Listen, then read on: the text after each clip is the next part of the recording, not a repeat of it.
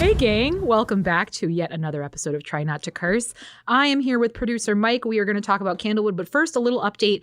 Jessica's son, if you all remember, was going through his tethered cord surgery. He did have the surgery, and thankfully, well, it's kind of weird. So the tethered cord was even more extreme and even tighter than they had initially believed that it would be.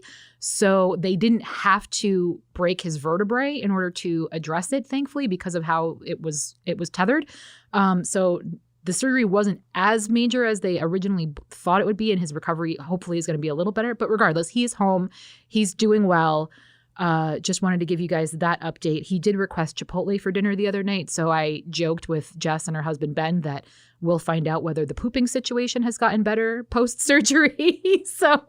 And Mike's giving me a look. Clearly you didn't listen to the whole episode. Thank you so much. But I just wanted to give you guys that update. So Myke, hi, how are you? The Super Bowl just happened. Yes. Even though this is coming out like a month after the fact. No. Did you bet on anything? Did I bet on anything? I mean, you bet on stuff. It's the Super Bowl. You have to bet on things. Did you go crazy with the bets? Like, because my cousins went like nuts. They did rushing yards and pass yards and whatever the fuck. Yeah, a lot of people do that. I just do the pools. No, see, the player props are always a fun time, especially during the regular season. It's a good time. The Super Bowl offers so many other types of bets. Yeah. Right. Well, we had talked about the Gatorade. Did you do the Gatorade one? So the state of Connecticut, you cannot do Gatorade. Oh, really? Legally, through the legal sports books, like DraftKings and FanDuel and all that, you can't do the coin flip. You can't do the national anthem duration. You can't do the color of the Gatorade. Because I think this is why. I'm not entirely sure, but I think it's because those are things that are outside of the realm of the competition. Okay. Right? So those are human control. Someone who makes the Gatorade could call their friend in Connecticut and say, hey, put $1 million on red. That's fair. Right? Yeah. So those types of props you can't my cousins were joking about Reba McEntire and the length of time. And they were like, oh, somebody must have bet on the under and that's why she's rushing through it, whatever. Right. So yeah, that's interesting. Well, it's so funny too, because I have in the past done the national anthem duration bet. And when you hear the song, like by the time you get to the Rockets' Red Glare, you think that's like supposed to be like, that's like near the end of the song, we're right? wrapping It up, feels like we're wrapping up. That's actually like midway through. Yeah. Like not even, so it's like you'll get to the Rockets' Red Glare and you'll think, oh my God, it's going to be under, it's going to be under. Well, and every single time you always feel like that. Because from that point, then they start stretching all the last notes. Yes. That's when the big fucking crowd pleasers come out. Yeah. But yeah, you always feel like it's going to be the under. I mean, the coin flip is literally just like, it is what it is. It's a coin flip. Yeah. It is so anticlimactic. So by the way, gang, whenever, it doesn't matter what the situation is, when you're doing a coin flip, statistically, whatever the coin starts off at, it's going to land on that more often than not. So just for future, if you are going to bet on something like that, if it starts off heads, it's going to land on heads. But they don't tell you what it starts out on, do they? No, but because, I mean, and they always show both sides. Here's heads, here's tails. Right. And it's up to the referee's discretion whether or not they flip it back or not. So, Sure. I mean, but I mean, again, if that's the statistic, and then you're going to have all these people out there saying that everything is rigged, which I think is the stupidest thing ever. Oh my God, I hear it all the time. The NFL is not rigged. Yeah. The NFL is not rigged. Yeah. I'm sorry. No, I agree. Even my own cousins were saying that too at half, because it didn't end the way they wanted it to. Because it didn't end the way they wanted to. Yeah. And that's what and people are always searching for these conspiracy theories. It's such nonsense. Yeah. It's nonsense. I would tend to agree. It really is. And the thing is, there's some people out there who you would consider very sane and logical people who would be like, oh, well, I mean, maybe it's not rigged, but I think someone's pulling some strings. It's like, what? All bets are off when it comes to competition. Then Everybody acts bet. like a wild animal when it comes to competition, and when it comes to money, we're just unhinged. Yeah. And it's stupid. If you think that it's rigged, then why are you betting on it in the first place? Right. Everybody last night on Twitter, oh, it's rigged. It's rigged. Kittle isn't getting any receptions. He just has one reception for Dude, that 4 was yards. a shit game for Kelsey even. Kelsey that was a shit very game well. for He him. performed very well. He performed well, but he really didn't. He wasn't getting thrown to. He really wasn't as a part of the game as much as he normally would be. At least from what I've seen. No, he hit the over on his receptions prop. He hit the over on his yardage. Well, no, he did exactly what he was supposed to do. Yeah. But it's just that when people are, and I'm not even talking about even that so much as the yards. It's like when just the absurd claims that people will have. Or evidence that they see saying that the game is rigged. It's just it's ridiculous. I had made the comment because all the Taylor Swift conspiracy theories are out there too and everything. So I had made the comment in the last play of the game. They had said, "Oh, they're at the 13-yard line." I was like, "Oh, interesting. That's her favorite number." Like now we're gonna get all the conspiracies it's because so dumb. That's It's so dumb.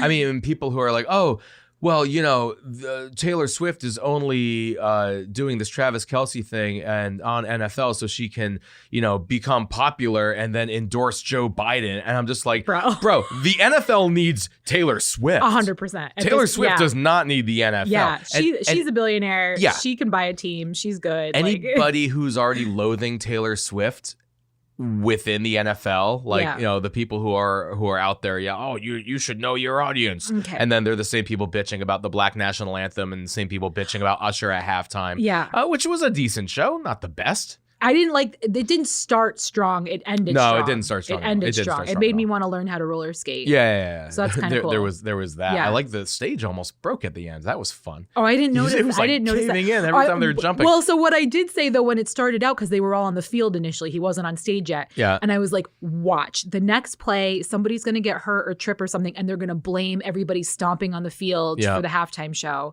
But thankfully, that didn't happen. Even though there was a lot of injuries in that game. Holy shit. There were not more than normal. There was like 4 people out. It's football. It's the NFL. It's not rigged because people are tearing their ACLs. Oh. Am I getting a phone call? It sounds like right you are now? receiving a phone call. Hold on. You should take it. I put it on silent. Okay. If you take the phone call, I'm going to be the one talking to them. No, it's CBS. Hold on. Let me turn this off. Okay. So this episode is brought to you by Harry Potter Land. We're talking about the NFL. I turned the ringer off, so I don't understand. We're talking about the NFL, and all of a sudden the Quidditch theme starts. Yeah. And CBS has the best of all the theme songs. I'm such a fan of HP. Sorry. Yeah. That's my new birth control is in. Oh, that's is that what that call is. Oh, okay. There you go. Yeah. I haven't gotten a call from my birth control yet. I should call over there and see what's happening. I think you're good. CVS sucks. Well, CVS is a pain. It depends on where you go. The local one here in town. Oh yeah, is awful. So I printed pictures out there. Oh, it's awful. 2 months ago. Everything's awful. But I did like the ready to print. Like I took all of my pictures home from with your me. phone. You did the thing. I'm still getting calls. Your pictures are available for pickup. So I don't know what's going on in their system. They must have reprinted everything that I had already printed and taken home. Why don't you go and see what they have for you? Because I don't give a fuck. Throw them away. No, because then if you get there copies. and they're like, where are my pictures? And they're like, oh, we don't have them. And be like, I just got this alert. Now you owe me like a chapstick. They're not going to do shit for me. No, they won't. There's no point. There's no customer There's no care. point. There's no customer care. So I'm not. Yeah. But no, I like my CVS. I go to the one in Target because, I'm at Target every day. So probably going there today. Anyway, completely unrelated. Yeah. But yeah, Super Bowl. It was a boring game until the last quarter. See, honestly, I disagree, and you texted me. My mom during disagreed the game. that too. My mom loved it. You she texted loved me during the game. You texted me during the game. Like, this is a snoozer. I'm just like, this is a defensive battle, which is great. Both defenses were playing well. We were having sacks. Brawl. It was a awesome. fucking street It was brawl. awesome. It was awesome. So calling that game a snoozer just because it's not high scoring is no. It didn't have anything to do with the high score for me. No, I just felt like they weren't. It was just they weren't moving. Both sides. I guess that means the defense was really was strong on both sides. It was a defensive battle. And then the defenses both folded near the end of the game and were allowing more points. Yeah. And that's what happened. For all you conspiracy theorists, just so you know, there was 47 total points and Vegas had 47.5 points as their line. So, How do you do a half point? So 47.5. You bet over that. That means 48 and up win. 47 and below will be the under. Well, that does make sense, though, because there's no such thing as half points. No, the half is the line of delineation. That way there's no tie. So if you bet the over, 48 would win. Okay. If you bet the under, 47 would win. Right? Sure. So that's why they do the half lines. Like the spread was 1.5 points. See, this is why I do pools though, because I just can't. I don't have the brain capacity. It's so easy to figure out. I understand what you're saying, but it's have to win by 2. Okay. That was the spread. Yeah. And one of my cousins had something like, I think it was like 60 yards for somebody, and they went like 59. Like she was off by yeah. one. I know. Ayuk's line was over under 50 yards receiving, and he was 49 on the day. That sucks. Yeah. And I mean, but that's what happens. These Vegas handicappers are so good. Did you vote on Gronk's kick? Did you bet on that? No. My cousin's bet on that again. I'm not going to bet on anything that's not related to the game. Exactly. That's not. Well, and it was funny. An athletic feat. My one cousin who fucked up every single one of his bets actually bet that Gronk would miss it. Mm-hmm. So he won that one, but he's not going to know until Monday, apparently. For some reason, their computer can't handle the algorithm or to figure out, because it's a split of $10 million for everyone that voted one way, that bet one way or the other. Right. So apparently their computer isn't strong enough to do the math. And so many people played it. It's like, you're going to get $1. Like, it's so stupid. Yeah, that's probably what he is getting. Which is why I'm like, I'm not going to waste my time on that. And I'm sure he celebrated like he won $1 million. No, he was just happy that's how, like, well, because that was like, that set the tone. So he was like, great, I'm already starting out on a good foot, and he fucked the whole rest of the game. I don't think he got anything. And that's what happens with the coin toss. But hey, I got $200 in one of my 7 pools. Did I break even? Absolutely not. But I was in 7 pools this year because I couldn't help myself. Yeah, the pools are fun. I mean, like 'em. Placing bets is fun. The fantasy stuff is fun. It's well, and I don't stress over it, because to me, it's a game of chance when you do a pool. The pool, the reason why I like the pool is it's like you enter and then it's a game of chance from there. That's absolutely fine. Right. People who do the sports betting are the exact opposite. And they're reading articles, reading predictions, and this and that. And nobody knows. Right. No one knows the game plan. Nobody knew other than the 49ers coaching staff and offensive players that Kittle was going to be blocking that entire game and not get his 50 receiving yards. Nobody, if they did, obviously people would be betting one way or the other. Yeah. But it's just, you never know, because Kittle has 100 yards receiving games. Yeah. And he got 4 in the Super Bowl. But he was so instrumental in that offense. Right. Blocking, making it so Purdy wasn't getting sacked or making extra holes for McCaffrey to run through. It's so instrumental. That was a very old school tight end scheme. And like tight ends nowadays are all reset. That's what Travis Kelce plays, right? Yep. Big part of the offense. Gronkowski, huge part of that offense. Kittle normally is. Wasn't yesterday. People bitching. Shouldn't have bet. Yeah. Shouldn't have done it. That's fair. Shouldn't have done it. Now, we're going to get off this topic, but what do you think of Travis Kelce getting in Coach Reed's face? Everybody's having opinions about that. I think if you have never played sports at a high level, you shouldn't have an opinion to begin with. 100%. Because even just on rec level games that I play now, because I'm, getting old. So I don't play pro sports, but or even going back to high school, which was high stakes for teenagers, right? There's that level of emotion, and it oftentimes boils over. Not for everybody, but oftentimes boils over. I got into yelling matches with coaches before. Well, and it's the big dance. There's a lot of pressure. You're geared up, and you're I didn't have a problem with the yelling match. I mean, when he kind of bumped him, I was like, God, he's old. Yeah, he's getting the shit out of him. He's getting older. Yeah. But I didn't have a problem with it, because it's like, he wants to be out there. It was a shit play. Yep. They lost yards on it, and he wanted to be out there for that play. So that's what I was referring to when I said Kelce really didn't get to the from what I've seen of his plays before. It just didn't seem like he got the normal kind of action that he would get in the game. In the first half, he didn't. In the first half, he didn't. Yeah. But it's also all part of the game plan. Yeah. Because you want to throw the defense off Kelce's scent and then open him up for the second half, and that's exactly what they did. Yeah. So and that's what I said too. I said they probably assume everybody's going to be on Kelce's ass, so they don't want to give him the ball for that exact reason. Yep. But I'm seeing on the internet is wild, and they're so quick. But already there's an article about, red flag for Taylor. Oh, Travis is dangerous because he flipped out and da-da-da-da. And I'm thinking to myself, you're the same soccer mom that gets in an umpire's face or gets into freaking fist fights on the sideline for your kid's peewee soccer game in front of children. Yep. And yet you have the fucking nerve to say shit about an athlete being passionate about what's going on. And if you were to take a sample of his blood at the time, how do you think his testosterone was? You think it was spiking? What do you think his adrenaline was doing at the time? Like, right. yes. So he was on such a natural high from right. all of the chemicals his body was producing. Right. In the middle of the Super Bowl, the biggest game of his career, with every camera on him and everything at stake in the biggest year of his life because of Tay-Tay. Yeah. The guy wanted to be out there.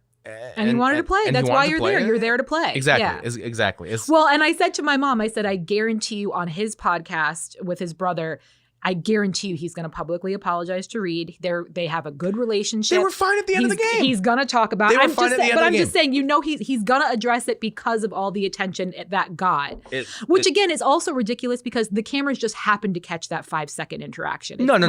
You know what I mean? There were so many cameras in that building. There was a camera on. I know, which was wild. Both of them at all times. Yeah. Andy Reid always had a camera on him. Yeah. Tay-Tay had one on her. But I'm just saying, Kelsey. The fact that, and they pick and choose what they're going to air, right? Yeah. But I'm just saying, like, it could have easily been not captured at all, and we wouldn't be having this conversation. Yeah. So, whatever. Mm-hmm. But we're going to move on. Okay. The whole point of us sitting down and chatting was not to talk about football. Was not at all to talk about football. But I can, as you can tell. I know. And that's why I wanted to go over it with you, because it's fresh in my mind. Only 31 days till March Madness, by the way. Which I know fuck all about. Yeah. As you know, I said to my coworker the other day, I'm like, when does basketball start? And he's like, October. Yeah. Like, the fuck, we're because I'm not seeing anything about it. I'm seeing a shit ton of stuff about football, and I'm seeing stuff about like golf, and I'm seeing stuff about like soccer. There's no golf happening right now. Well, the Masters was just on. The Masters is in April. Okay, then I don't know. It's coming up. I know it's coming up. Regardless. But my point, I'm not seeing or hearing fuck all about basketball one way or the other, college or professional. So other than I'm hearing the Knicks are doing very well. That's all. But again, and who knows? They could be absolute shit right now. I don't know. But March Madness is a thing. I always forget about it because I'm not. And what month is? I don't follow basketball. Is after this month. Yes, thank you. Yeah, so it's like very good. So. But again, I don't get into any of that shit. So it's just not on my mind. Sorry. I got pitchers and catchers are reporting for baseball. See? This week. I know about spring training. That's the thing. Yeah. Well, this is training camp. Theoretically, and look, a part of. Okay, again, not that we're not supposed to be talking. We about can any just of talk this, about. No, we can. But going down to Florida, where my cousins live, yes, we drive through all these fucking stadiums, these baseball stadiums for their spring training. Like they have full fucking stadiums just to train. Oh yeah, so much money in this shit. It's ridiculous. Like JetBlue you guys, Field is amazing. Pay teachers more, you fucking douchebags. Like seriously, I can't. No one's buying your teacher's jersey though. But like these sports teams should be like sponsoring schools in their area or something. Like it's fucking nuts, a lot of them do sponsor a lot of very good programs. They really do. There's a lot of. I mean, every single professional sports team has a community charity that they give a shit ton back to. Even Hartford Athletic here, which is second division soccer. Yeah. The Green and Blue Foundation does really good work for the community and for schools. I feel like it's not enough though. I mean, not like Hartford, not somebody like Hartford, but I'm saying like the Yankees and the Cowboys and the Pack, like not even the Packers because they're public, but it's just they all do. And I'm sorry, that whole public team thing is such a farce. The Orange County I have friends who are a part of that. Yeah. Okay. So they have a certificate on their wall and they think they own a fucking football team. I'm sorry, I'm trying not to curse, but that's just stupid. Owner. No. There's a USL, the second division of pro soccer team in Orange County, California. Yeah. They just opened up like, oh, we're selling shares and fundraising $1.2 million and you can be an owner and the minimum contribution's $100. It's like, yeah, you're an owner of for $100. You get a certificate, you get a pin that says you're an owner. Yeah. Yeah. Well, it's like I have stock in my company. It's a drop in a bucket. Yeah. Yeah. Yeah. But that's real. Yeah. That's real. Because if I were to buy a certificate for Orange County Soccer Club, that shit's not even worth the paper it's printed on. Fuck. It's $100. It's $100, right? If I'm like, oh, you know what? This is a great investment. Maybe it's going to go up to $125, maybe even $150. No, it's not. You know what the team's going to do? They're going to be like, oh, we want to sell more shares and it's monopoly money. They're literally printing monopoly money because they want an extra $1 million. Okay. That's all it is. And it's the same thing with the Packers, although the Packers have been doing it for longer. How do I get in on something like that? Do you guys want to be, anyone want to be a part owner of this podcast? By all means, I would be happy to send you a certificate. You got to get a Patreon too. I know, I'm thinking about that. All of that. But I feel like you really need the numbers behind you before you start something like that. Like, I don't have those numbers. I can't even get my own guests to listen to the pod regularly, if at all. I guarantee you I will listen to this whole episode. Okay. Just saying. Just saying, my melodious voice. I mean, yeah. Okay. It's a good one. Sure. It's a good one. All right, we're 20 minutes in. You want to talk about my fucking movie? Yes, we need to talk about your movie. So we've already talked about, fuck off with your sound effects. That's not this kind of pod. I have access to a soundboard. Oh, I'm not annoying. Your sound effects are annoying. You're not annoying. I mean, I'm not annoying. Shit. We're keeping that in. Oh, that was loud too. This isn't, the bar is low, bro. I know you miss it, but that's not my fault. You all need to record. Okay, right. We're done. Anyway, go ahead. Yeah, get all that out. So we've talked about your producing. We've talked about how you kind of got into the biz. We talked a little bit about, and Jeff has talked about it too, how you got into doing this film. Yeah. But now the film is made. It's in the can. It's been out for the New Milford public to see. Sneak preview. You had your premiere party. Yep.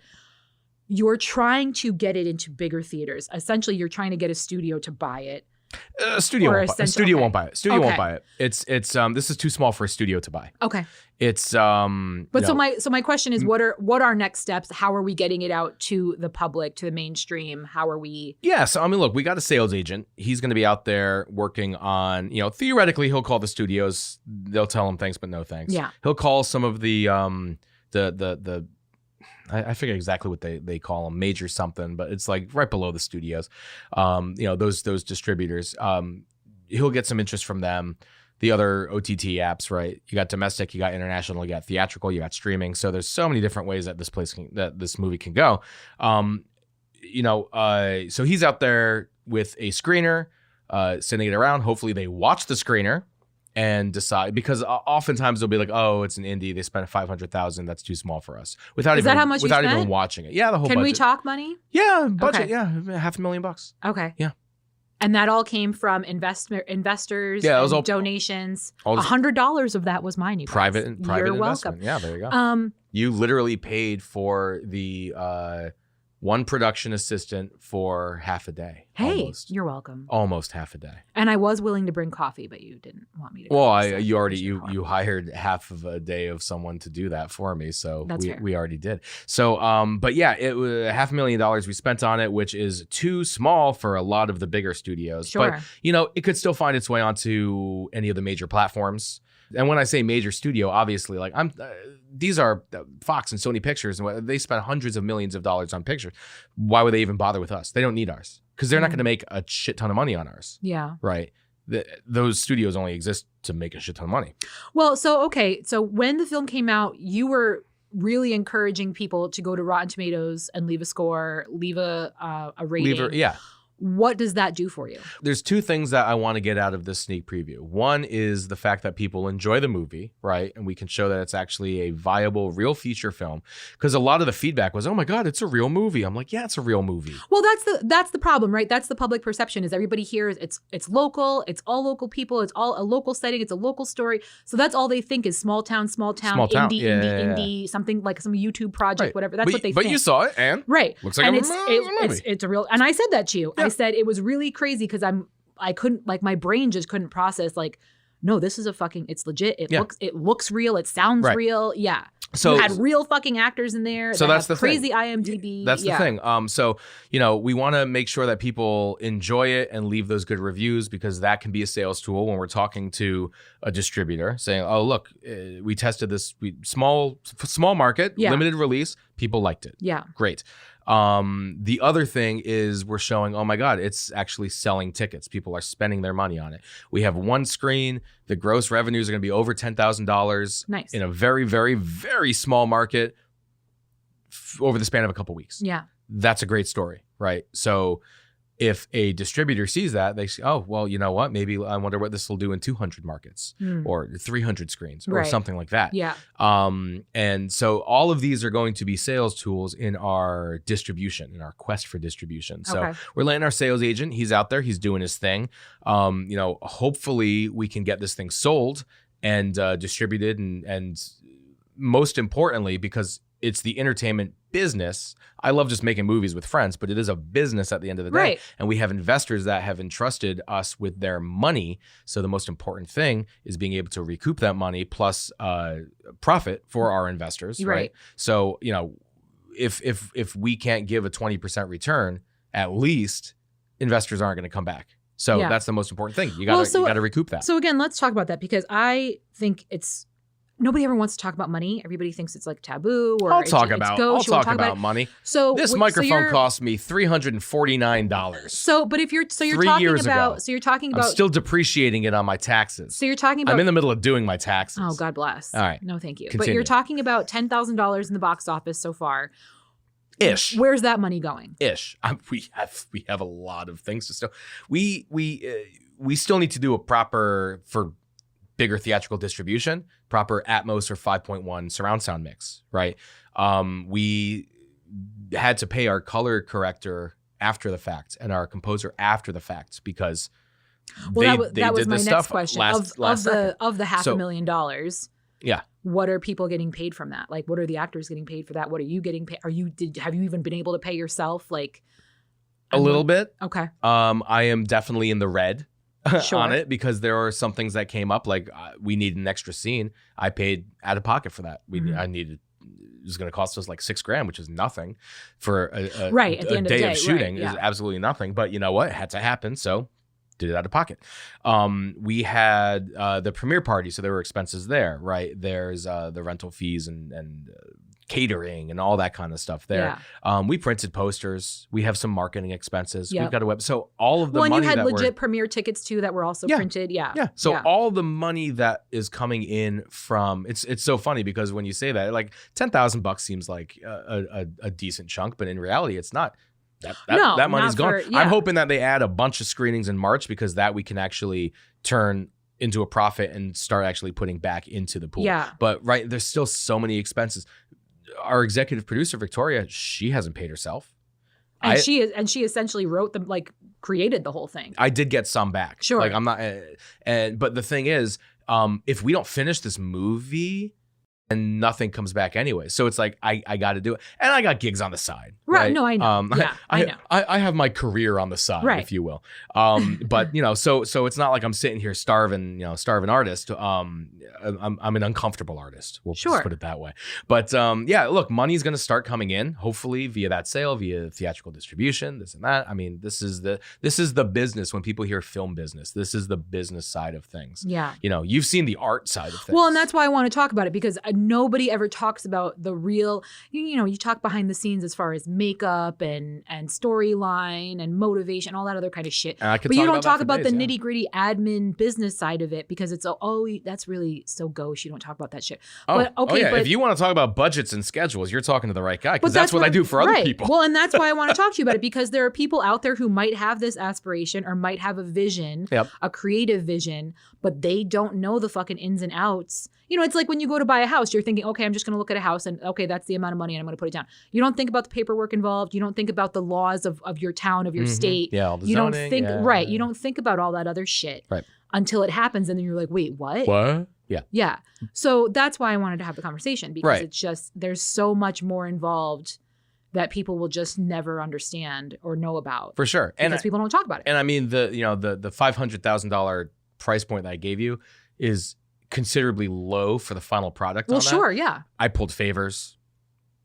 Victoria pulled favors. I was able to get very friendly rates out of colleagues. Yeah. I met new people who, Well, thankfully you're a good local, and you've already got good relationships with people here in town. And, yeah, absolutely. So I mean that was a very big part of it. I mean our cinematographer does some really serious big time stuff for Disney parks and Disney cruises. Oh, hot damn! Like and when I tell you, I'm not going to tell you what he makes on those. And I'm not going to tell you what we paid him on this. It's Disney money. That's all I need to know. But let's just say the mouse pays him a lot more. Yeah. Well, that's obvious. Yeah. I'm pretty sure you don't have Marvel money. You don't have Star Wars money. No. So, yeah. Our entire project, I think, paid him like a day or two of his Disney, which is incredible because he was here for like 2 months. Yeah. The professionals who we brought in to do this movie, it could have been, if it was another production, it probably would have been a lot more. It looks like $1 million movie because honestly, it should have been $1 million movie. Yeah. Call it what it is. No, for right? real. But I mean, when you are so thankfully given this beautiful home to take over for a whole month. Yeah. Like that's huge. That's a huge line item right there. Yeah. Right. So, I mean, I've seen some other real location fees because I've done some other budgets. Right. And it can get crazy. So, oh, absolutely. Yeah. Are you thinking in terms of maybe another film? Have you thought of any ideas of something you might want to write? I know I've given you a lot of ideas about things you could write and put together. So it's so funny because, yes, in terms of ideas of within this psychological thriller horror genre locally, there is a amazing writer, and I'm not going to give any details here, just speak in generic terms, but there's an amazing writer, author, book writer, who has something that she wants to turn into, I'm not going to call it a sequel. I'm not even going to say it's within the same universe, but it's within the same vein of what we just did. Yeah. Probably $2-3 million worth because it takes place in and on the lake, and shooting on water is very, very expensive and time consuming. So it's slow. It takes forever to shoot on water. Why? So there's safety concerns. There's just the amount of, think of it this way. You want to get a camera and take a photo, right? You want to take a photo of a vista point that you know of on top of a hill at a state park. What do? You get your camera, you drive there, you Climb walk the up, hill, yeah. You take your picture, you go down, right? Very little in consideration of safety unless you're scaling cliffs and all that kind of stuff, right? Yeah. Very easy. When you do it on the water, so same thing, you load up your cameras, you get to the parking lot for where the boat is. How long does it take you to load up a boat full of gear? Even just to take a picnic, how long does it take you to load up a boat, right? Yeah. That's 20, 30 minutes right there. Now imagine we're not talking about a picnic basket. We're talking about $3 million camera package, right? Now imagine there's also lights involved. So now you need barges and all of this kind of stuff. Now imagine it's a real movie. So they actually have to be Teamsters and they have to be certified union workers who are coming up from New York, right? Now imagine you have to do, 10 takes times, 20 different shots of a scene. So even just the setup, that's going to take you 3 hours, 4 hours. Then you got to do all your rehearsals and shoot. That's going to take you, 4 some odd hours. Then you got to do the blocking. Then you got to break it down. The lighting and all that. You got to figure all that out. It's just, I think the best analogy is that you go out to do a picnic on the water and it still takes you an hour to get your coolers in the boat and to just get the boat up and running. Maybe you got to gas it up. It takes you an hour just to get on the boat with your friends out to wherever you're going, right? Open up that cooler and eat and drink and have a fun time. With the amount of regulations, safety protocol, the fact that it's a lot of equipment, the fact that there's a lot more boats, the fact that there's going to be 30 people involved, not you and your 5 friends. There's just so much more that goes into it that it just takes forever to shoot on the water. So if it takes you probably 6 to 7 hours to get on the water, what it would take you 10 to 12 hours to shoot on land, and then you compound that by an entire week, it takes you 6 days to shoot what would take you 5 days. And 1 day costs a lot of money, right? So now since everything takes longer, everything costs more, and it's just a harder movie to produce. So it's really, really tough to do anything on the water. Okay.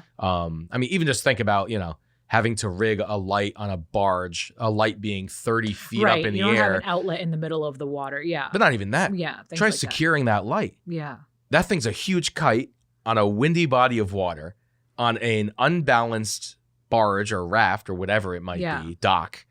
It's just, there's so much that has to be done from a safety and operations perspective. It just takes forever. And when I say 6-7 hours, that might even be pushing it. Well, and again, then you also have, the different legal codes and issues and admin and and town requirements and all of that other stuff you got to get approval for, and you got to get all of that good stuff is a part of everything too. I mean, when it comes to, all the permitting, once you get above $1 million, you're pretty much set that you're going to be doing a union picture. And then it's not even just the permits with the town, but also all the paperwork there. There's a lot of safety protocols there. There's special people who need to be hired. Yeah. You need to have lifeguards. You need to have EMTs on standby. That stuff's not cheap either.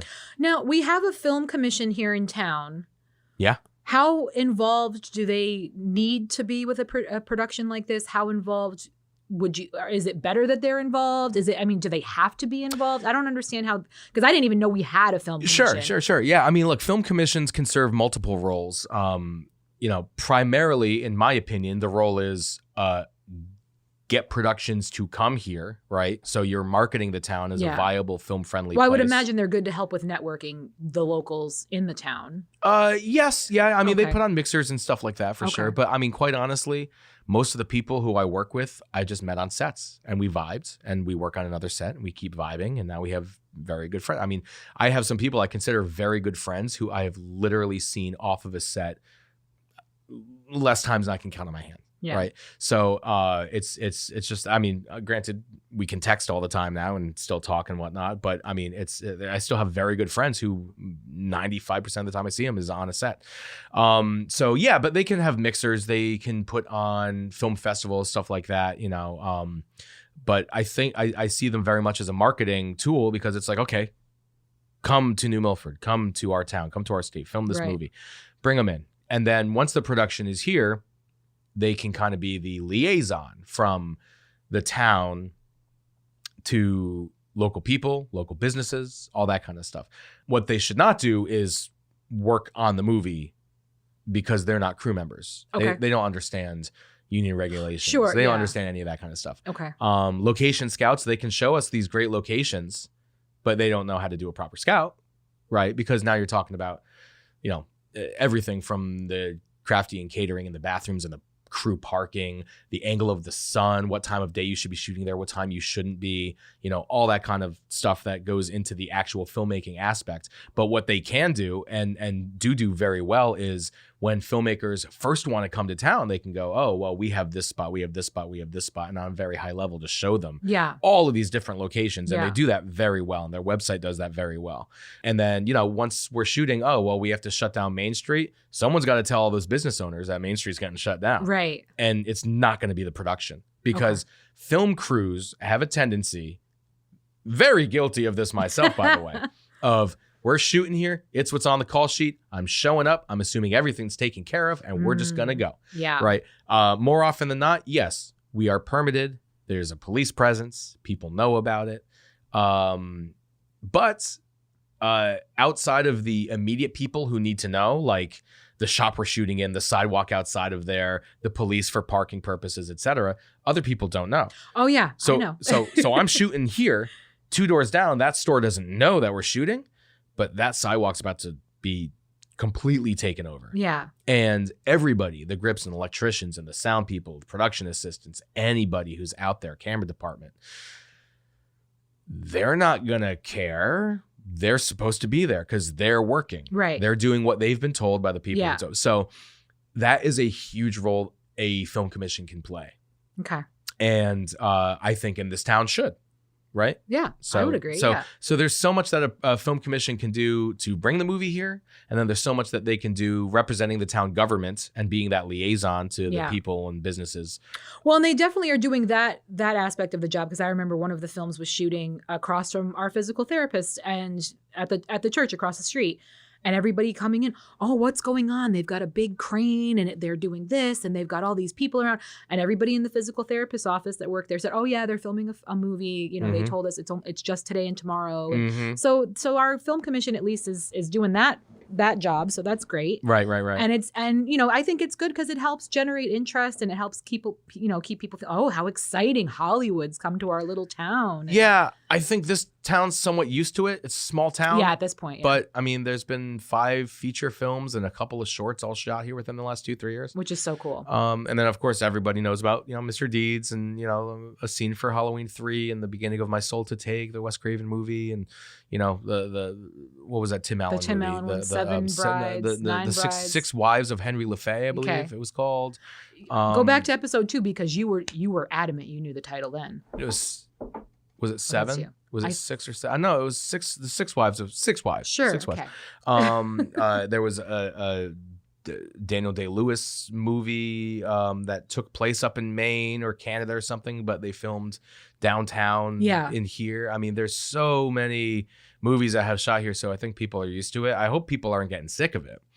I don't think so. They are. No, I don't think so. I think it's exciting. It's it gives us something to talk about. It gives us something to look at. Right. Downtown. But it's the closest like New England It's town cool. vibe that you've got to to New York City. So well, I'm sure people in New York movies, City are sick and tired of it. Like what you record another episode of Law and Order. Great. I just saw Mariska Hargitay last week. They're used to it. Yeah, but again, that's what I'm saying. I think for us, it's they are still few and far between enough that it's exciting. Well, the good thing is that when movies come here, and again, another good thing the Film Commission does is we might need extras for a scene. We might need 30 people for a scene. Yeah. People are usually really happy and willing to be in the movie. I mean, some of them aren't even paying. Yeah. Which I think is a disgrace. Everyone should be paid for everything they do in a movie, no matter what. Oh, that's nice. Free labor is stupid. I'm sorry.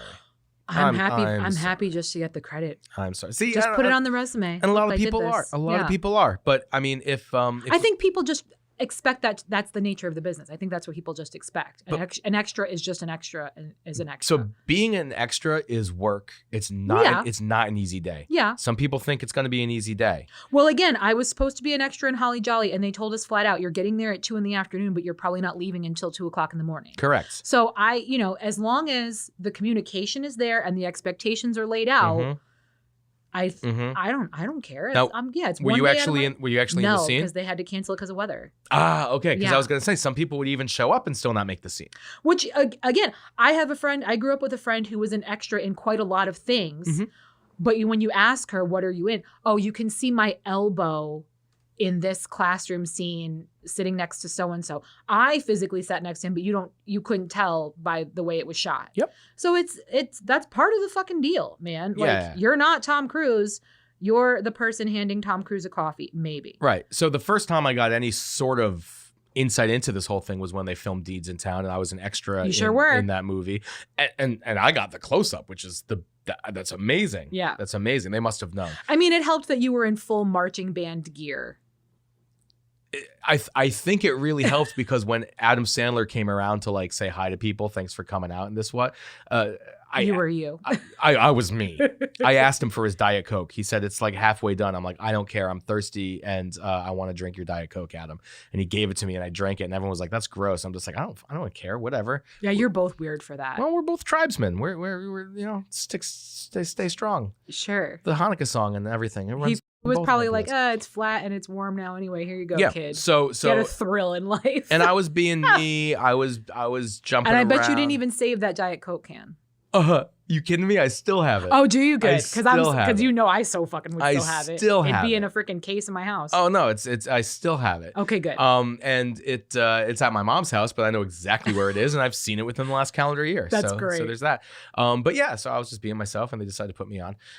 But we get there, we show up, we check in. You're in holding. It's a hot summer day. How long were you in the band uniform for? All day. So we got there at I think we got there at 8 or 9 a.m. and we wrapped that scene with hold on.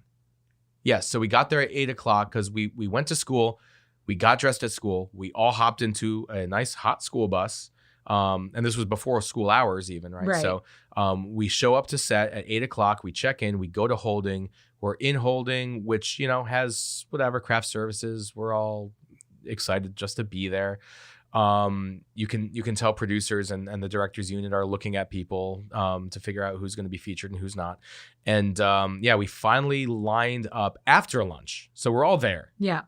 We're all sitting around for 6 hours. Yeah. Then it's lunch. Then after lunch. We didn't have smartphones then either. No, but to like fuck around while you're waiting. I guarantee you, as a high school senior, I had ample aptitude to fuck around without a phone. Just saying.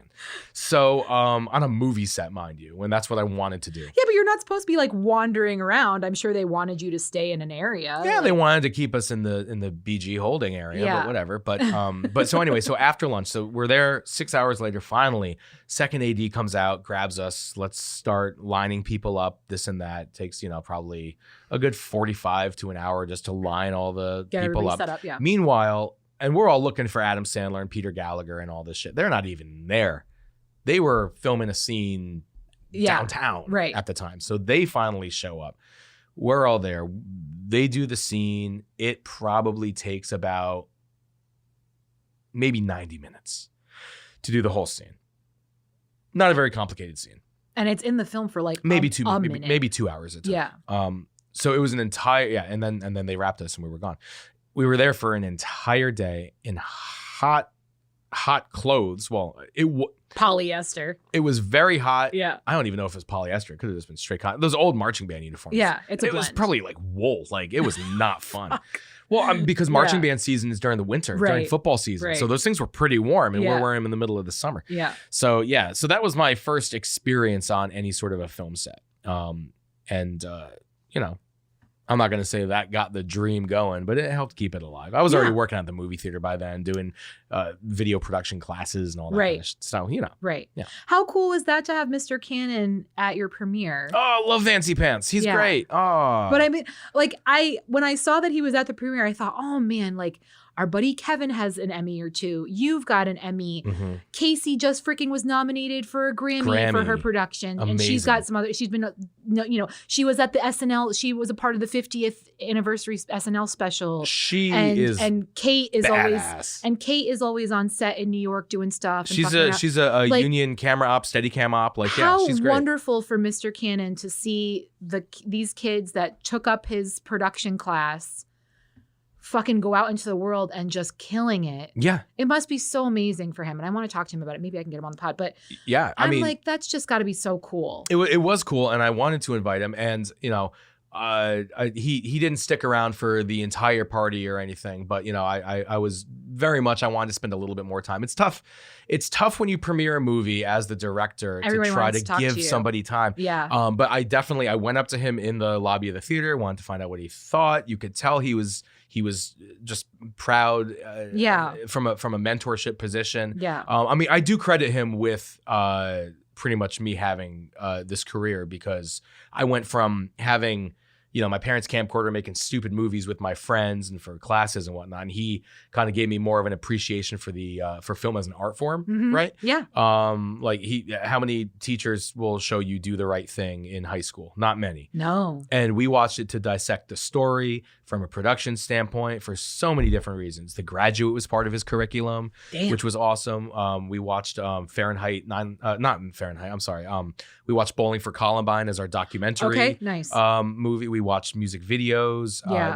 There's so much because it was very an art study and appreciation, and definitely took a lot away from that. Yeah. In addition to the production thing. Sure. And that was I got my first taste of editing on a computer there, because they actually had that software, which was very new at the time. Oh yeah. So they also had tape decks to do editing, VHS tape decks and beta tape decks, so that was cool. So I really credited him with kind of kickstarting that part of my career, and me wanting to go to Savannah College of Art and Design to their film program and this and that. Because otherwise, I was making I made Romeo and Frank with my buddy Frank. It was Romeo and Juliet, but instead of Juliet, I had Frank. It was great. He's Italian, huge. You know him, right? Yeah. It was hilarious. It was for an English class. It was so stupid. Zero redeeming artistic value in that whole thing. That was the kind of stuff I was making at the time. But yeah, turned it around and actually, started making real projects. So definitely a lot. And whenever I mention it to Mr. Cannon, I'm always like, thank you so much. You gave me a start. And he was just like, no, this is you. He's so humble about it. Yeah. And it's like, no, it's not, because like you said, look at Kevin. Look at Kate. Yeah. Look at Casey. I tried to combine Caitlin and Casey into one because it's very easy to do so. Yep. But I mean, everybody being so successful in their own fields, all within this industry. It's fantastic. It's amazing. It's fantastic. Yeah. And that's just one class. I mean, I don't know. No, the other classes his sucked. others. No. No, I'm saying for Mr. Cannon. For him. That's just one class. I don't know about the success stories from the other students that he has had in that class. There were. I did that class for 2 years. I was the only student who ever did it for 2 years. And the following year, my senior year, there are some people in the industry who took that class then. That's fantastic. Yeah. That's right. But again, that also shows how important education is, how important varied classes, varied subjects are. Mm-hmm. We also had cut, paste, and copy, which help people get into graphic design. Yeah. Which not every school offers these things, and they're cutting more and more of these programs. So I just wanted to make that point because it's like, I really didn't know what those classes were about. Mm-hmm. And I kind of wish that I had taken those because now I'm like, oh, fuck, like that would be a great skill to have, at least, especially now with technology and everything, just to have more of an awareness of what's out there and how to do things and function. But you guys, like, fuck, like your public education it can be so much more, and it's just wild, the things that it really can. In New Fairfield, at the public high school there, they have a commercial kitchen for culinary arts. That's wild. Which is amazing. Yeah. Like home economics was one thing back in the day. Whatever. Right. And it was and cool. They're getting rid of that too. Yeah, I learned how to sew and learned how to bake. Yeah. And industrial arts, wood shop, all that kind of stuff. Yeah. Getting rid of a lot of that kind of stuff in favor of nonsense. Teaching to test. Yeah.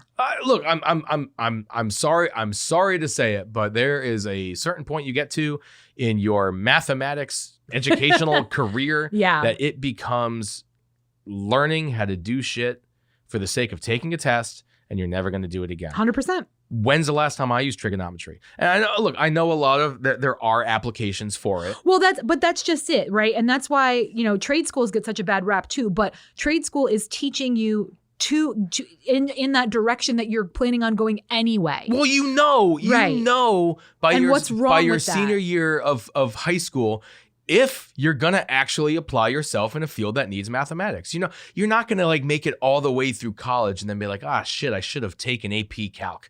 Like, no. Exactly. If you're taking that, you're going to need it. Exactly. I took it. It was stupid. I don't know why I took it. I don't know why I put myself through that rigorous because you got a big old brain. Yeah. Like AP, I took AP US history too. I'm a huge history buff. I loved it and I learned so much, but at least I can still use that. I can apply that in things like trivia night and arguing with friends. No one is going we need to get into an argument and press a couple buttons on my TI-83 calculator and no, it just doesn't happen. So, I mean, like math is one of those things where I think it's great that they do offer it, but you can't prioritize it over culinary arts. Exactly. Or film arts or computer arts. 100%. Which I think are more prevalent now than ever. Which again, if you know you're heading in that direction, you're going to need that in the field of your choice. But also so much shit changes over, and I talk about this all the time too. Like 10 years from now, your career that you started in is not going to be the same. Robin talked about it in her episode. She went from career to career to career, not having any skills in that next journey. Yeah. But she took the leap, and I feel like we don't encourage that because we're constantly being like, no, this is the path you have to walk. Everybody has to walk this path, and you have to do this, and you have to do X, Y, and Z. But we're also not helping people get there. Sure, so it's like, how the fuck, I mean, and again, I know we've gone completely off topic, but no, let me bring it back. In my career, actually, I fell ass backwards into developing sports apps for about 5 years. Right. App development. Which algebra is not going to help you with that. Or maybe it does. I don't know. Maybe it does. I mean, it looks a lot like it looks like code. There's code and algorithm, all that kind of stuff. Maybe statistics helped me with it a little bit. Okay, I don't know. see that, yeah. Graphic design certainly helped it. Gambling on football certainly helped it. So the whole episode's coming down to this point. Okay. Yeah. But yeah, I graduated film school. I went out to LA. I was an editor for a little while. Yep. Then a producer. Then I did app development, random, for like 4 years. Yeah. And then I went to Comedy Central, stayed in the product space for like a year and a half, and then they were like, we're going to hire someone to do production. And I'm like, I used to do production. I can still do this, and went back into production. And then I kept going with production, and now I'm still in it. So, maybe it was helpful doing some of the app stuff because I have a great understanding now of the product space and sales and development and product lifestyle and agile development and all that kind of stuff that normally you would not learn about on a film set. So that was cool. But, it still started and ended with production. But yeah, to your point, you never know until you try. I feel like I would be a good producer. Do you think I'd be a good producer? I could see it. I'm an ideas guy. I could see it. I really want to be a continuity expert so bad. You want to be a script supervisor? I know that's not what it's called, right? Script supervisor. Fuck, I would love that. I love telling people what to do and that they're wrong. Yeah, but see, that's not the point of the script supervisor. No, but shit like that drives me crazy in films. Like when somebody takes a bite and they've eaten half their pie, and then the next shot the fucking full pie is there, and I understand how. Sometimes that's the footage you've got. That's the good take. I get it, but it drives me fucking nuts. I hate continuity problems. I hate continuity problems. Me nuts. And I'm the first person to fucking notice it. And that's why I always solve Knives Out before it gets to the explanation at the end. Because I fucking saw him switch the glass. I you know what I mean? I see all that shit. Right. I mean, and so there's a reason. So any film that I do, whether it's assistant director or director, because AD isn't really, you run the set and it's more of a logistical type thing. But when I find myself in an AD role, I always work with directors that actually appreciate a little creative input. But I'm always paying attention to continuity. And whether I'm directing or ADing, I always bring in a guy named Josh from all the way from LA. He's from Connecticut, but he's in LA now. It's worth it. Fly him over here, put him up. That guy will save your movie. We call him Captain Continuity. There you are. There's two types of continuity problems that drive me bananas. One is like you said, ice machine. Yep. You're holding a glass. Someone's holding a glass in their left hand, and in the next shot, it's in the right. That type of continuity, or the pie thing. Yes. I hate that. So I justify the glass thing because if you cut away, okay, that character could have switched hands, whatever. That kind of thing I justify. No, throwing suspension of disbelief out the window. I'm saying if it's a wide shot and it's in my left hand and then it cuts to me as a close-up and it's in my right. That type of stuff can't stand. The other is eye line. So when you mess up an eye line, it's bad. So eye line, for those who don't know, is basically making it look like the two people are actually looking at themselves in real life or looking at the same thing in real life. Because when you move that camera around and you change the blocking, it is very easy to mess that up. Very easy to mess that up. Someone could be on screen left looking right in this shot, and then all of a sudden they're on screen left looking left, and that's just weird. Okay. Right. Yeah. So things like that, like eye line, it completely will take you out of it. And I'm sure you've noticed it in the past and just didn't even realize it. I'm trying to think. Yeah, I'm sure I have. But it happens all the time. And Stein is am I allowed to use last name? I just did. Yeah, go Whatever. ahead. Yeah. It's not like I said where you work. I never would, and no one on the show ever should. But I bring him all the way in from LA specifically for that, because Captain Continuity will save the day all the time. Yeah. I'll shoot something, I'll do a take, and he'll come up and tell me something. Yeah. And that's his job. And he's not out there trying to fuck people up like you want to. He's actually very I could sort of be professional. He's kind of passive assertive and always humble about it. Well, I'm sure his approach is very much like, hey, I just want to let you know this is what I saw. Yeah. If you want to adjust, fine. If not, okay, I'm just letting you know. I could call him right now and be like, hey, Josh, I'm editing something. Can you tell me in scene 33, take A, what hand that glass was in? Ooh, damn. And he'll tell you. Okay. He keeps all these records. He's got apps. I'm not that good. He's great. I could probably, if I'm keeping records, then that's different. But keeps track of off the top of my head what lines are on camera and gives you a breakdown afterwards of what lines are said on camera in which take. So this line is in 3A, 3E, 3D, 3C. Yeah, it's spoken off camera in B. Meanwhile, if I have a hiccup, Mike's like, "Can you tell me where it was in the episode?" I'm like, maybe 10 minutes. Exactly. That's why. Yeah. That's why any edit that needs to be made today, I'm actually marking up here. And there's plenty of them. That's wild. But they're not going to know. They're not going to know. No, they well, don't and that's know. just the thing. And like I said, Maria has mentioned this to me time and time again because I'm always like, oh, in case you hear this or this happens, da, da, da. And she's like, I don't hear anything. I'm like, well, yeah, because Mike's good at his job. I mean, yeah. But still, you know. Ooh, clip that.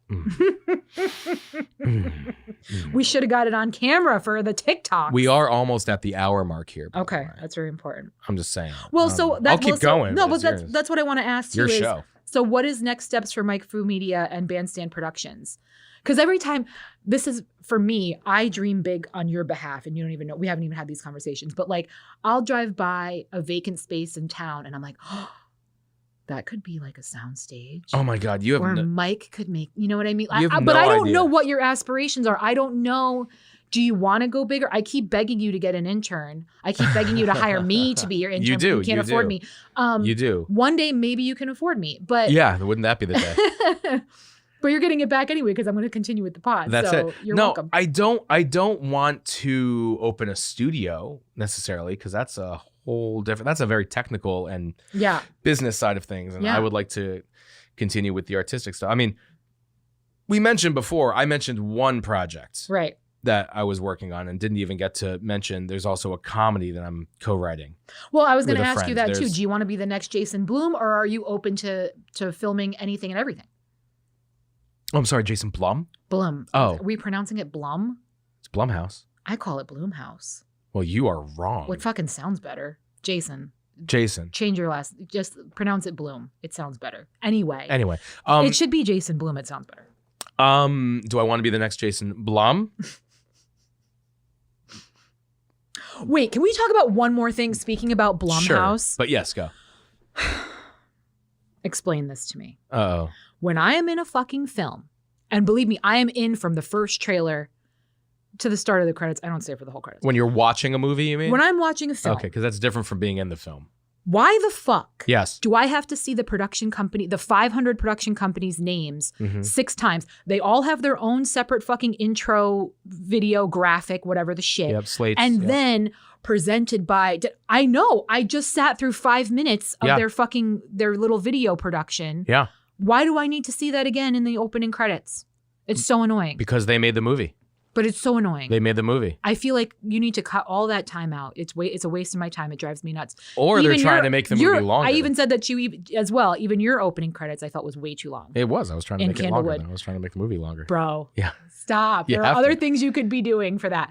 But like we ran out of money. No, and I understand there's the movie theater version and then what's going to come out in TV later on and on the DVD, whatever. I get it. But like, okay. If you're going to show me your graphic, then I don't need to see, your name doesn't need to come up 5 seconds later. Right. So it drives me nuts. So oftentimes, those slates, all those cards that are up front, take those out of your minds. Those don't exist. I can't because they're there. For a moment. They're on the screen. Just forget that those exist. Okay. Yeah. And the movie actually starts with whatever the first shot is or when the title sequence starts. Right. I fucking hate a title sequence. It's so long. Yeah. They're so long. Well, don't watch James Bond movies then.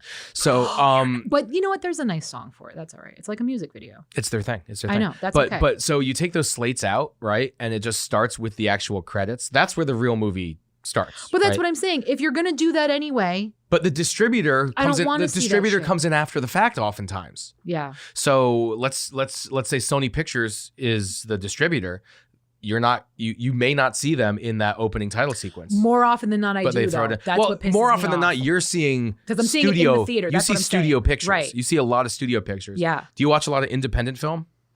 No, unless they're nominated for an award. Right. Yeah. So a lot of independent film, which is getting proper distribution on Netflix and Hulu and all that kind of stuff. Yeah. I just saw an amazing one called Swan Song that everybody needs to see. Oh, what platform is it on? I believe it was on Hulu. Nice. It was without giving too much away about it's a man, it's a gay man, a former hairdresser living in a nursing home. Somebody comes in and tells him that as part of somebody's will, they want you to do their hair as a corpse. Yeah. Right. Come in and do the hair. I think I've seen a trailer for that, actually. I guarantee you haven't, but you should. It sounds familiar, but okay. I guarantee I'll see the trailer now on my phone. Because we just talked about it. Yeah. I don't think there is a trailer. Their Facebook page has like 1,000 followers. Candlewood has more followers on Facebook than they do. It's fantastic. I'll look into it. Whole thing was shot in Mansfield, Ohio, which nice. I'm sorry, not Mansfield. Excuse me. In Sandusky, Ohio, where Cedar Point is. Where Sandusky, Ohio. So the home thing was filmed in Sandusky. The director is from there. He's made a couple of very influential. Isn't that where Tommy Boy's supposed to take place? Sandusky, Ohio. It sounds so familiar. Anyway, maybe I don't know, yeah. but the director has made a couple of really great and influential LGBTQ plus movies. Yeah. This being one of them, but it was so good. Awesome. And I knew no one on the crew. I knew none of the companies, none of the distribution, any of that, other than the fact that it was on Hulu. Yeah. And I pay attention to all the credits, right? You have to. Yeah. And I don't know why I started talking about it, but it's an independent film that just came out that you need to go and see. Everyone should go and see it. It was really good. I just watched it last week. My wife found it while scrolling. Also, another recommendation. I just saw Scrambled, which I really enjoyed. That was in AMC theaters. That was I wouldn't say a major film. It's definitely a small film. I didn't see a single trailer for it. But there's a comedian that's in it. I can't recall his name, but he's really big on TikTok right now. So it was cool to see him in there. There are some decent stars in the film, but check out Scrambled. That was a good one. I will check out Scrambled. Especially if you're a gal. It's really more lady-centric. Well, I'm not a gal, but I'm also not a gay man, and I really enjoyed Swan Song. I think you would dig Scrambled because the brother is very much your energy. The brother in the film. That's high energy. It could be you, honestly. Right. You could have done that role, honestly. Okay. But yeah. So you don't want to open up a soundstage. You don't want, but what if somebody comes to you producing and directing? Here's a pile of money.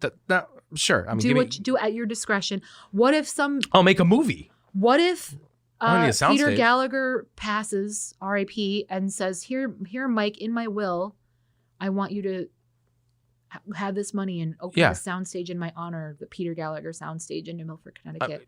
Not that that's going to happen. Not that you're like best friends with Peter Gallagher. But. First of all, Peter Gallagher is a national treasure and he will never die. Yeah. Well, and the eyebrows alone. I hope he has those eyebrows insured. You can insure anything. I hope those are insured.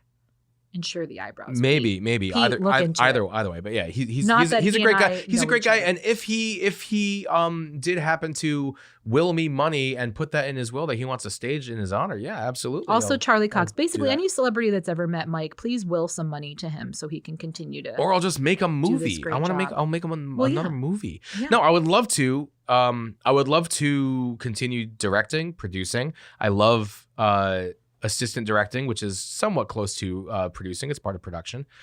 Production managing. I love doing all that. It's funny because I love the creative side of filmmaking, but almost equally I enjoy not necessarily the business, like the sales side, but the business in terms of the production. Happens. Yeah. I love the production side of things because without production, you have nothing. Yeah. You have absolutely nothing. And again, this is all the shit that nobody thinks about, which they shouldn't. The audience, you don't want the audience thinking about that.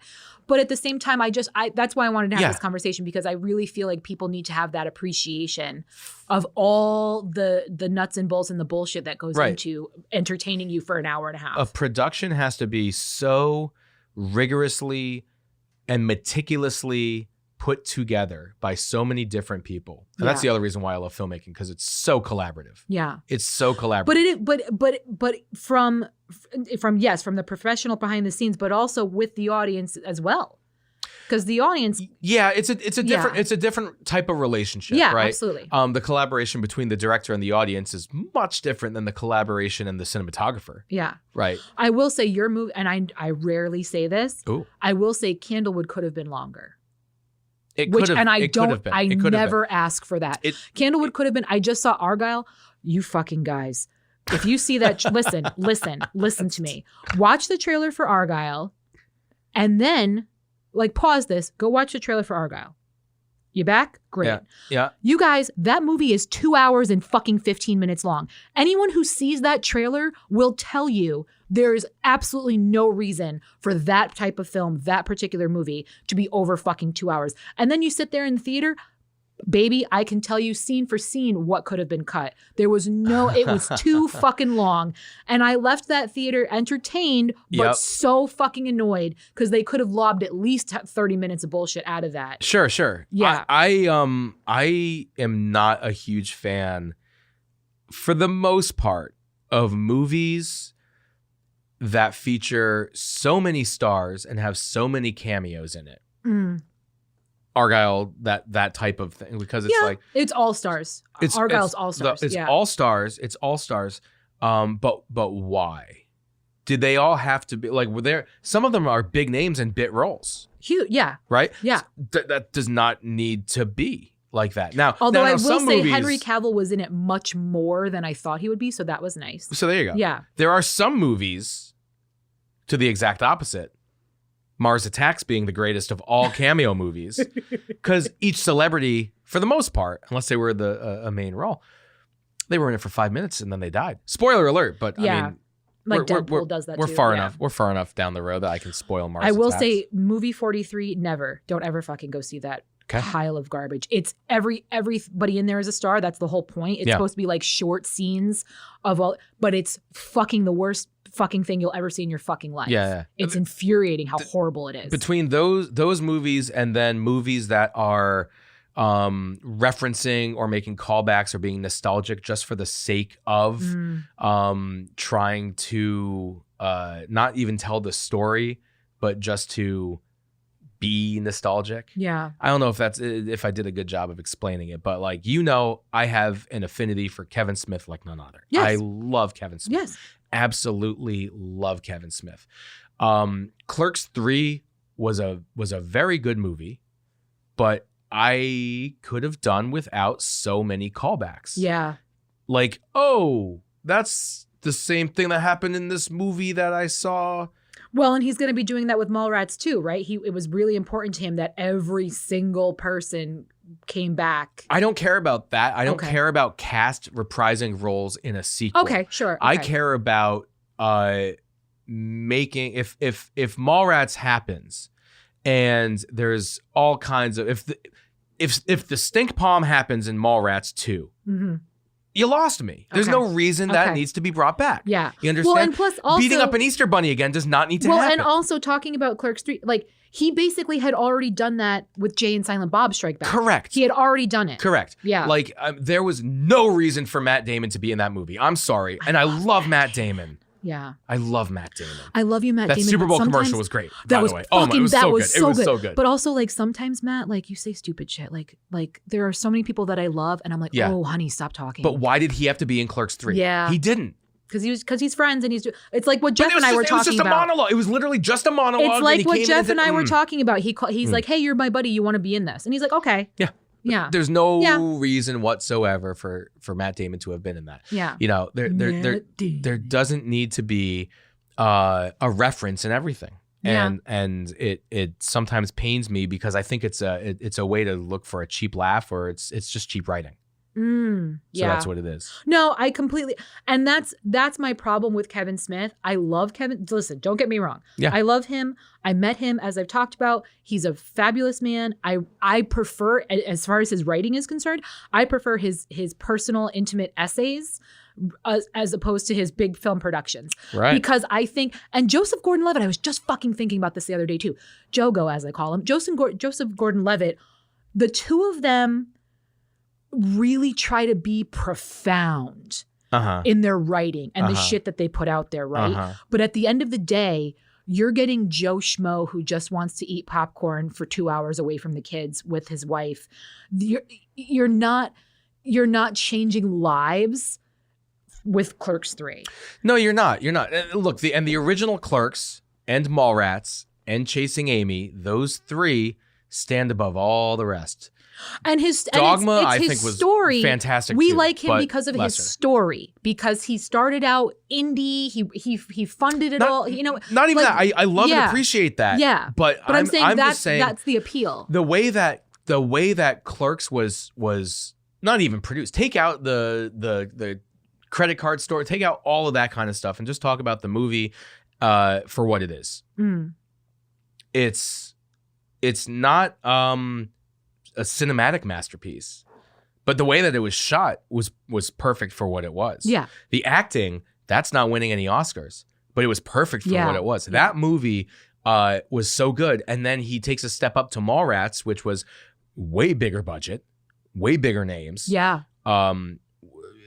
It was filmed like more of a studio picture. I feel like it was the first time we had seen Shannon Doherty like since Charmed. Not in 90210. Or since 90210. Yeah, exactly. Yeah. Yeah, and it was and Jason Lee was in it, and he went on to some bigger and better things. It's funny, some people think Kevin Smith either makes your career or breaks your career.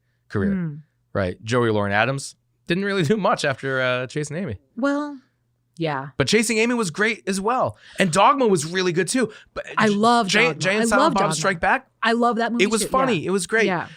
Clerks 2 definitely had its moment. I wouldn't have it could have been such a great standalone movie. I don't think it had to be Clerks 2. I agree. I understand wanting to bring back Dante and Randall. Sure, great. Clerks 3, same thing. I think a lot of it could have been done just as independent stories. And at that point, making those types of callbacks or references to other things within his universe, that's funny. Mallrats referenced the embolism popping in the girl's brain mid-backstroke. Right. And they talked about it in Clerks, and they talked about it in Mallrats, and it was funny because it was in the same universe. Right. And so that's okay. And for hardcore Kevin Smith fans, it totally plays. Absolutely. They love that shit. They eat that shit up, and that's great. 1000%. But if you're just a regular moviegoer and you're like, oh, cool, Kevin Smith made another movie, like it's not gonna matter to you. Yeah, the Donkey Show does not need to surface in every iteration. And again, that's Clerks. fine if that's who Kevin Smith is writing films for, is for his hardcore fans, and that's who you're just gonna keep catering to. Okay. Yeah. But I think you need to be a little more broad-minded, and you've got to switch some shit up. Yeah, in my opinion, I think so too. But I mean, this I think the whole thing, this whole rant, Kevin Smith section. I know, so sorry. It's fine. I will say, you guys. Did you just apologize to Kevin? Did you say I'm sorry, Kevin? Yeah, like he's listening. Because I don't want to insult him. He doesn't listen to your show, and he doesn't listen to mine. That's very true. I wish he would listen to. But he did remember me and our interaction when I met him, because you guys tweeted him, and he, even though he forgot that I was a female at the time. But I will say, just to bring it back in a positive light. Yes. Silent Bob Speaks is his collection, one of his collections of different essays and articles that he's written. And he has a great one about being overweight and dealing with the airline industry. And then he also has a beautiful one in the way he talks about his wife. I love the way he talks about his wife. So that's just a recommendation.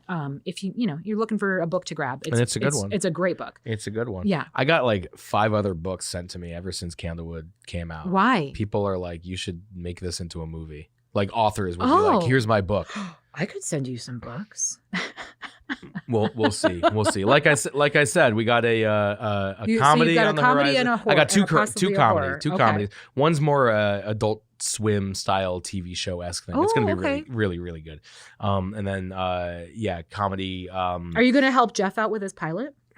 Maybe if he his buddy cop. If he asked me to, absolutely. Can I just be like an elbow in something you've got coming up? I don't fucking care if I'm on. I actually, in that I just want to be in that Adult Swim style thing. I need an arm in a cast that's just sticking in on the side of the screen, but you don't see who's holding it. Okay. So you can be the arm if you want. I can fucking be the arm. There you go. All right. Day. You've been cast. You heard it here first. You heard it here first. But I'm producing that and helping with writing. I'm not directing that. Okay. So yeah. I think I would be a decent writer too. Pick up a pen. Again, I got ideas. I do every so often. I do. I have a random collection of shit that I've just. Let me read it. Ideas. Let me read it. Anyway, we really need to end Anyway, here. is this the longest episode you've done yet? I don't know how long is it. What is the time? I mean, you're gonna edit half of this shit anyway. So no, I never cut out anything I say. He's so full of it. You guys. No, this is like an hour 15. Oh fuck yeah, we're definitely there. Okay. Well, gang, this was Try Not to Curse. We're getting towards the end of season 1. I've warned you, it's coming. Appreciate y'all listening to us. Keep listening. Again, like, subscribe, follow. I don't fucking know how anything works. I don't understand. I don't know algorithms, whatever. Just know that I'm appreciative, and thanks for joining us. We'll catch you next time.